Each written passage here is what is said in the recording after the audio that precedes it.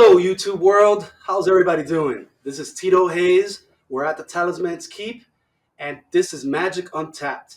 Magic Untapped is a show where we ask groovy questions to our guests.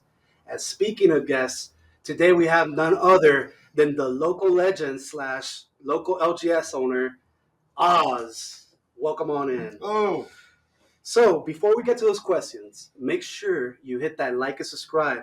We're almost to our first goal, guys. We're only 5 subscribers away from that first giveaway. Make sure you do the right thing and hit that subscribe.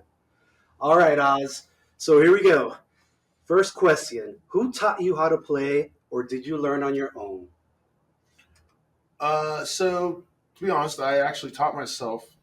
I started in '96, just collecting cards. Didn't actually start playing until college, and then we just started playing. And my first deck was a rat deck. Yeah, funny enough, that is the next question. What was your first deck or set that you ever played in? Yeah, so it was a rat deck. It was all ninjutsu, Kamigawa. That's when I really took off. Started playing. Good old Ninjutsu, huh? You're still Ninjutsuing. Instead, it's called Sneak now in 2026. All right. So, which format would you say got you hooked on Magic? What do you like about the format compared to others? Originally, I got hooked on Standard. Okay. I like the competitive aspect, and that's where I started. And then I found Modern and Legacy, and those are even more competitive. And those are what I like. You're about playing whatever is the most highly competitive kind of game. Yeah, I like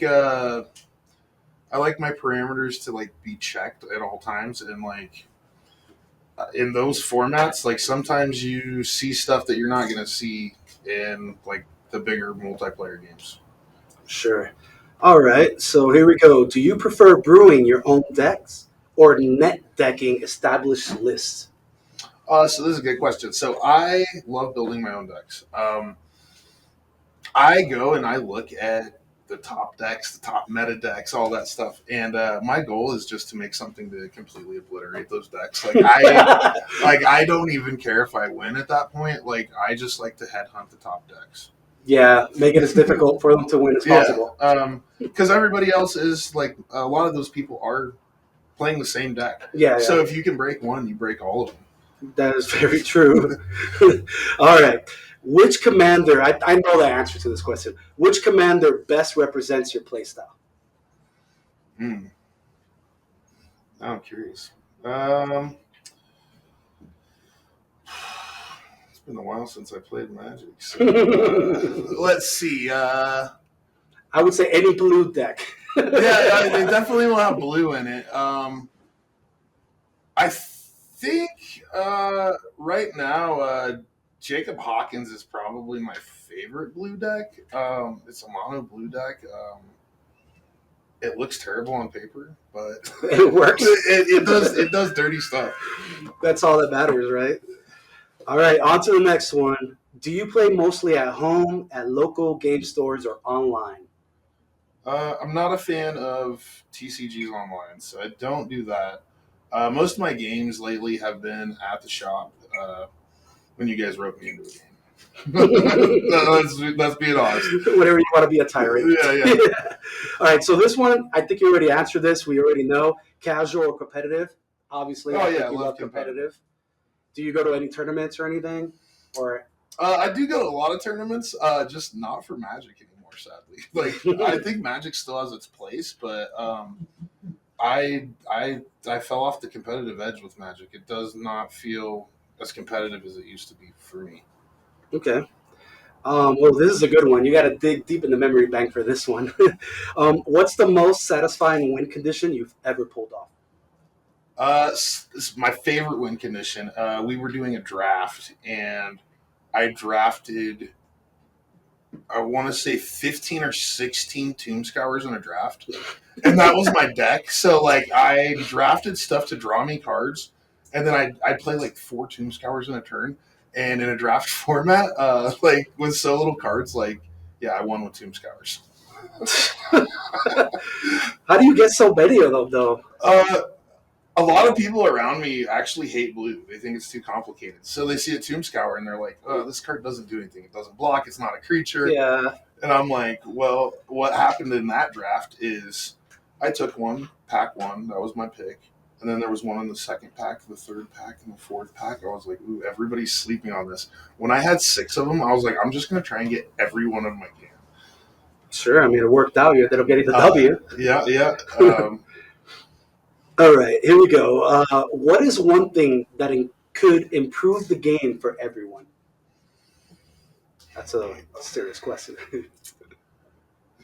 So from my point of view, what I think would improve the game is if we slowed up. If the company would let the cards live instead of just go to the next set, because right now that's how it feels. Like it feels like we're not being able to test all of the cool stuff that new cards can do, because it's like as soon as you start figuring stuff out, there's a new set. Yeah, a month and a half later. And it's just too quick. Like I loved back when it was like block. Like I knew what was coming. I could adjust properly throughout the year. Mm-hmm. We had plenty of time to find broken stuff. And like standard, it lets you change some cards. So like let's say a block set came out and there's this card that you're like, oh, it's okay, and it's just not working in the beginning. Uh, in a block set like that, you come back to that card and you're like, oh, now it's working, and then you have this cool like tech in your inventory. So I think if they'd slow down, there's a lot of tech in the game right now, but it feels like the next set is that piece of tech just with something slightly different. It's the same card, and I think if they would just slow up, I don't think they'd have to do that as much. Yeah, they'll have more room and more time for creativity. Yeah. All right. So the 12th question. I do have a bonus question afterwards, one that I just want to ask you. But this is the last question, and it says, "Do you have any final thoughts to share with the MTG world?" I think Magic will always be around, even if we're upset with the company. Those of us that have played it for 30 years, you're not going to get rid of it. It'll always be there, even if there's no new product. There's so many cards in the cycle that people are always finding new stuff. So it gets frustrating at times, but I think the game all in all is good. So just keep playing. Sure.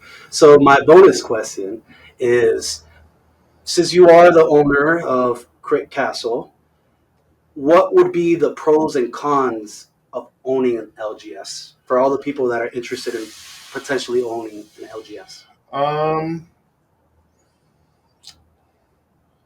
The pros of it would be like you kind of see stuff coming out way before other people, and you kind of get to adjust with what's going on before like the general public.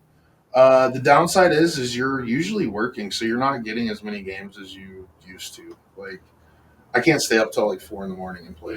Yeah. Like I used to do that all the time. Well, it's interesting because I wonder how profitable it is, because there has been a surge of interest in Magic in the last few years, I would say. So would you say it's profitable? Profitable to open a business selling Magic. I don't think now's like the time to do it. If you're already established, you probably could do it. Yeah. But right now, the margin's so little, and to run a business, like spending $120 to make $20, it's just bad math. It's bad marketing for everybody, and like that's where we are right now.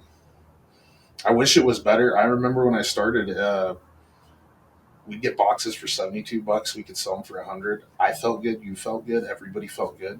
We can't do that anymore. Yeah, times have changed. So now, and I thought back then, $100 when I was a teenager is a lot of money. Not no longer the case.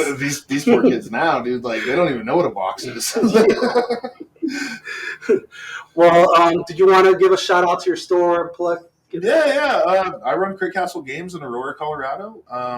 We do all kinds of TCGs, miniatures, D&D, all kinds of good stuff. Flesh and Blood. Flesh and Blood's what I'm playing right now. I jumped ship from Magic, and that's where I am. That game is just super competitive. There's no like casual, and so for my dopamine, that's where I am. I'm just like I'm after that chase.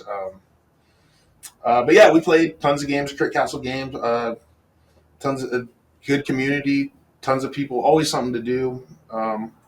Yeah. Make sure you ever head out to Colorado to hit up Crit Castle in Aurora.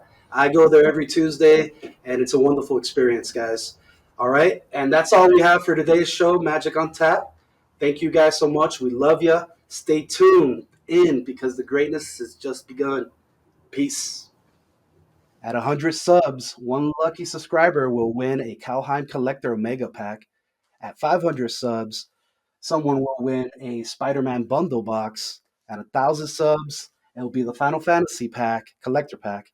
And at 2,000 subs, it will be the Chocobo bundle box. Big thanks to everyone that has subscribed to the channel already. If you haven't done it yet, hit the subscribe button and you could win big.